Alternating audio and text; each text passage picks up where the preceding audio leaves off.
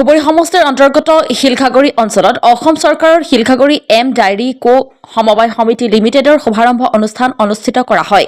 মুখ্য অতিথি তথা ধুবুৰী জিলা পৰিষদৰ সদস্য বেবী বেগমে শুভাৰম্ভ কৰে শিলখাগুৰি এম ডায়েৰী কো সমবায় সমিতি লিমিটেডখনৰ। শিলখাগুৰি এম ডায়েৰী কো সমবায় সমিতি লিমিটেডৰ সমিতিৰ সভাপতি ৰাফিউল ৰহমান, সম্পাদক নুৰ আলম চৰকাৰকে ধৰি স্থানীয় ৰাইজ উপস্থিত থাকে। ইপিনে উক্ত অঞ্চলৰ ৰাইজৰ সুবিধাৰ্থে নিজা জিলা পৰিষদৰ পুঁজিৰ পৰা এখন গৃহ নিৰ্মাণ কৰি দিবলৈ প্ৰতিশ্ৰুতি দিয়ে ধুবুৰী জিলা পৰিষদৰ সদস্য বেবী বেগমে।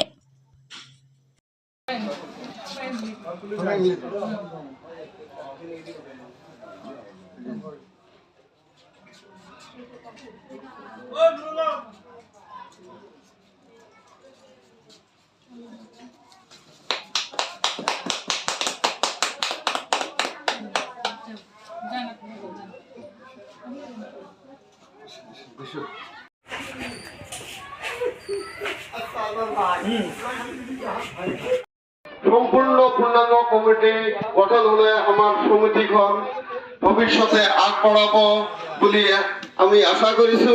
এতিয়া আমাৰ প্ৰধান উদ্দেশ্য হল আমাৰ আজি মুখ্য অতিথিয়ে আমাৰ এই অফিসখন আমাৰ অস্থায়ীভাৱে উদ্বোধন কৰিব আৰু আমাৰ ভৱিষ্যতে দেহা পৰামৰ্শ দিব।